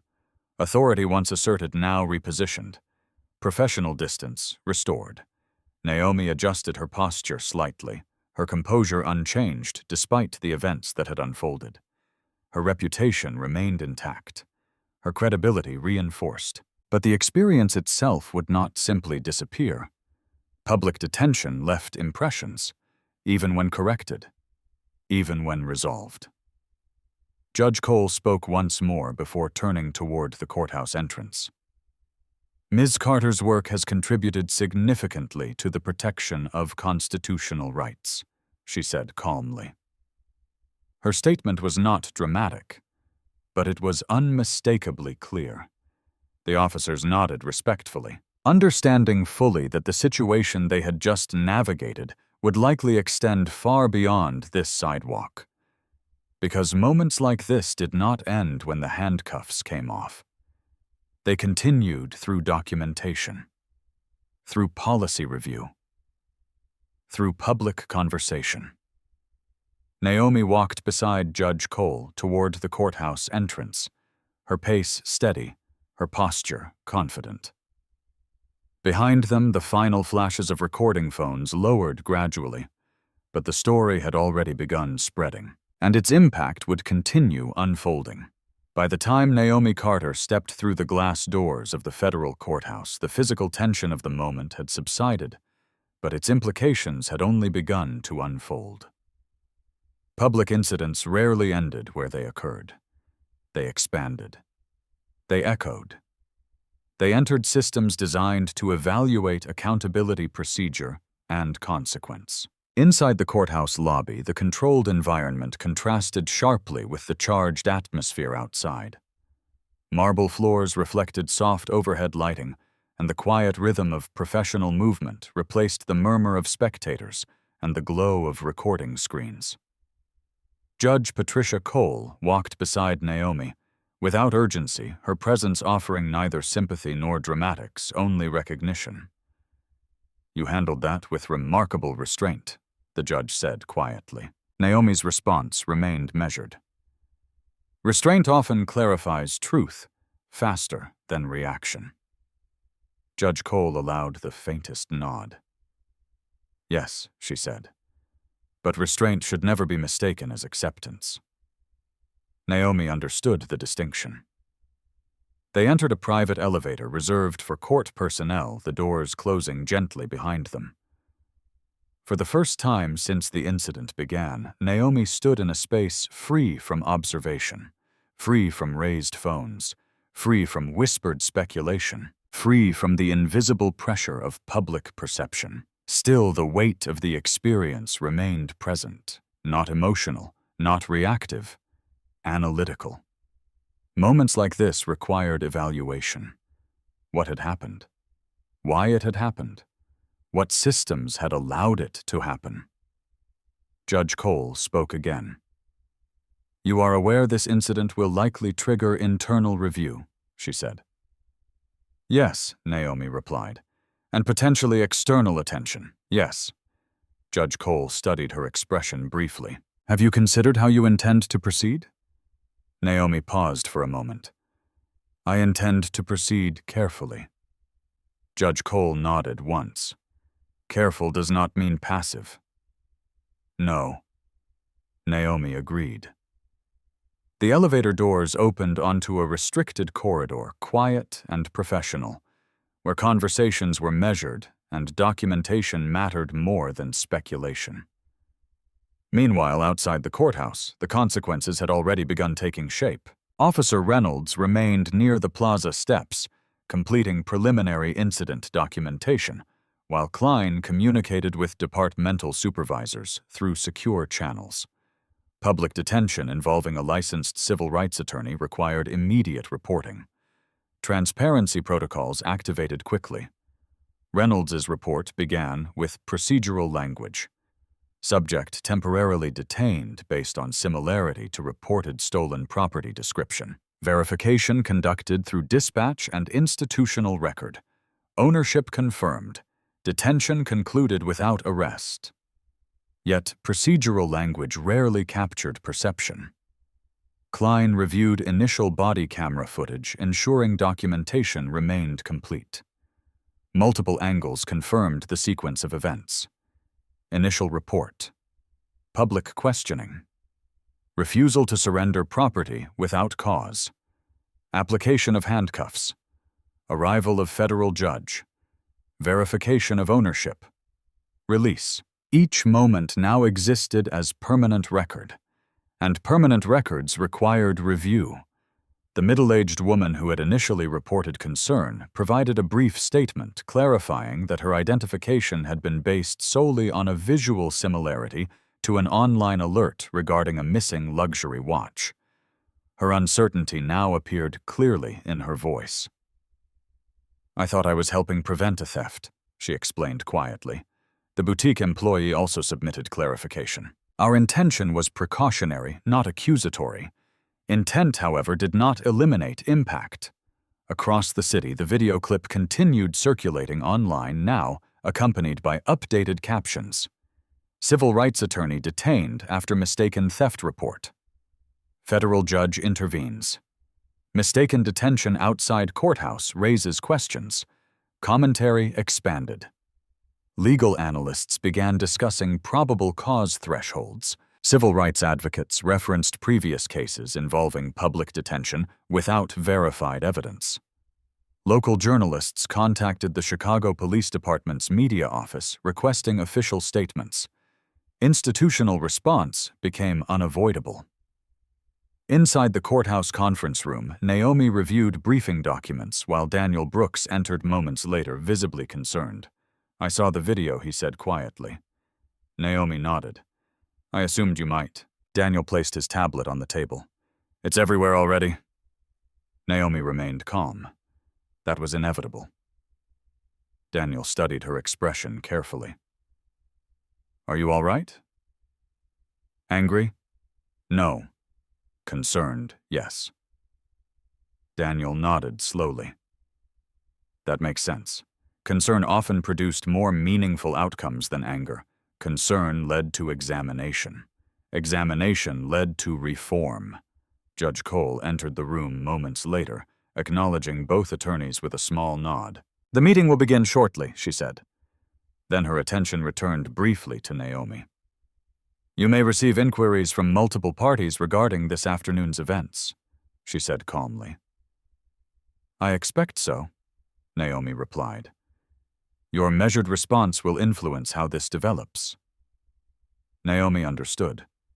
Public reaction often followed tone. Measured responses encouraged measured outcomes. Reactivity often escalated consequences unnecessarily. Meanwhile, within departmental headquarters, supervisory staff began reviewing preliminary documentation from Reynolds and Klein. Public detention involving incomplete verification raised procedural questions. Policy language required officers to balance responsiveness with evidentiary standards. The question now emerged, had that balance been maintained, or had assumption moved faster than verification? Internal review protocols initiated quietly. Standard procedure, but necessary, because public trust depended on consistency between policy and practice. Back inside the courthouse, the compliance review meeting began as scheduled. Professional focus returned.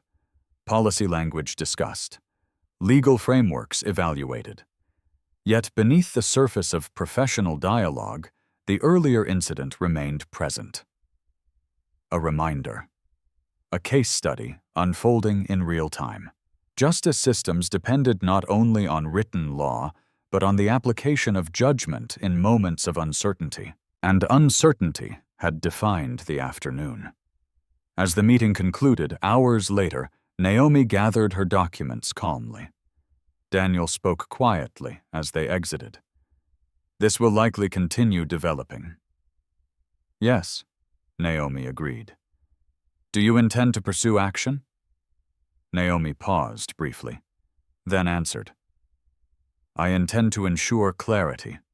Clarity often produced change, because clarity illuminated patterns.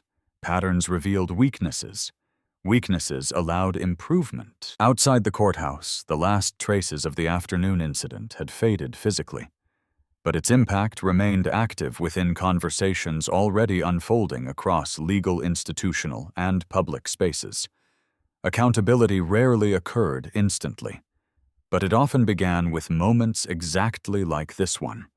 Moments when assumption met reality, and reality required response. By the following morning, the incident had evolved far beyond a single misunderstanding outside a courthouse. What began as a brief public detention had transformed into a national conversation about assumption procedure and the fragile boundary between suspicion and fairness.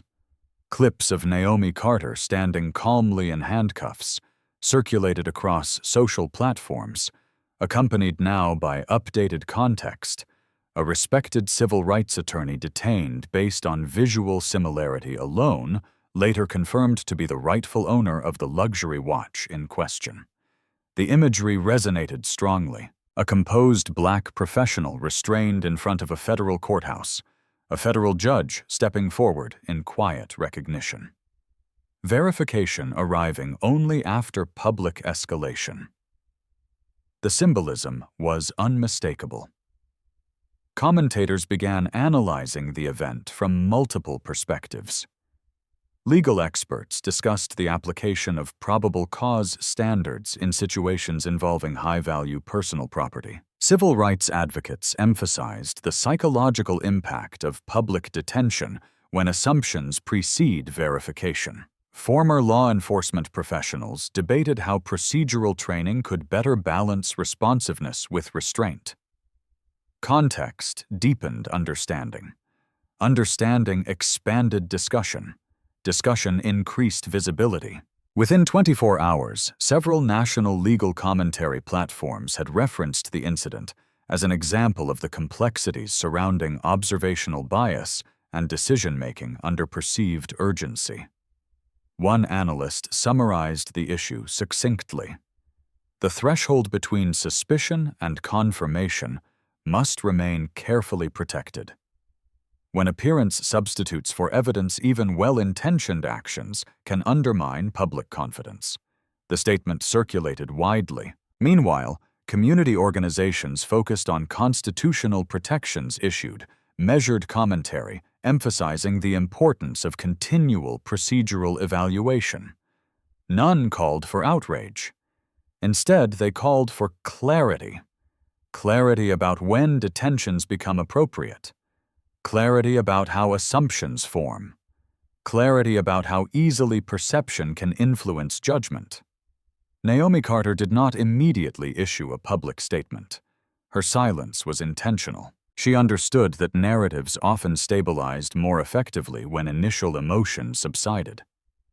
Measured response allowed facts to remain central. Daniel Brooks monitored developments carefully, sharing relevant coverage with Naomi while filtering speculation from verified reporting. Most commentary is focused on procedure, he noted during a brief phone call. "That is appropriate," Naomi replied. "What concerns me," Daniel added, "is how quickly assumption became action." Naomi agreed. That is the part worth examining. Across Chicago, the police department released a brief public statement acknowledging the incident and confirming an internal procedural review. The statement remained neutral in tone. The department remains committed to ensuring all investigative procedures align with constitutional standards. The circumstances surrounding yesterday's detention are currently under review to confirm adherence to established protocols. Institutional language often emphasized process rather than conclusion. Yet even neutral phrasing signaled recognition that evaluation was necessary. Several training supervisors within the department began reviewing the timeline of events, examining body camera footage and communication transcripts. Questions emerged. At what moment did visual similarity become perceived confirmation? At what moment did urgency outweigh verification? Could additional steps have been taken before applying restraints?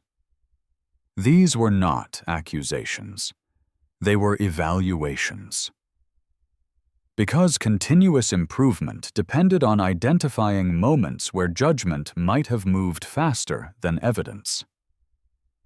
At a civil rights policy forum later that week, the incident became part of a broader discussion regarding how high-value property reports can sometimes create unconscious pressure to act quickly. A professor of constitutional law summarized the challenge clearly. When financial value is introduced, perceived urgency often increases.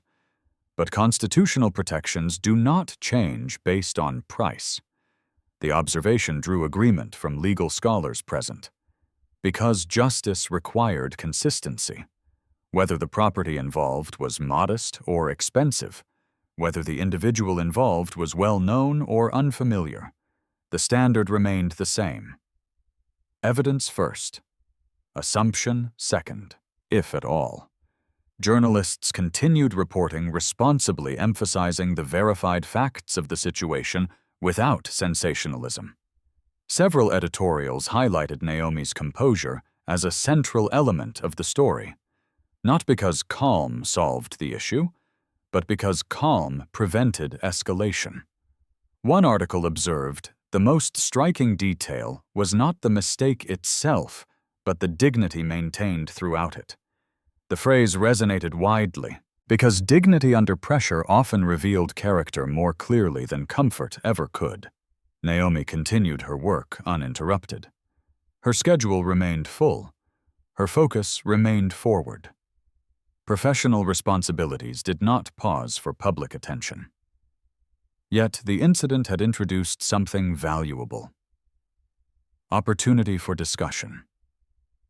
Opportunity for refinement. Opportunity for systems to improve through reflection rather than conflict. Judge Patricia Cole later referenced the situation in a closed judicial training seminar focused on procedural awareness.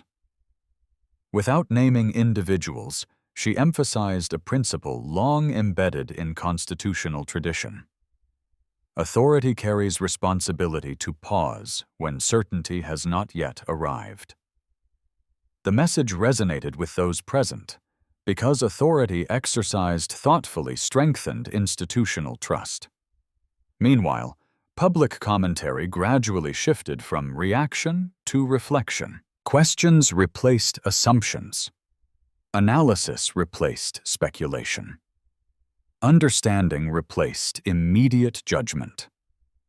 The story's visibility contributed to awareness not through outrage, but through examination.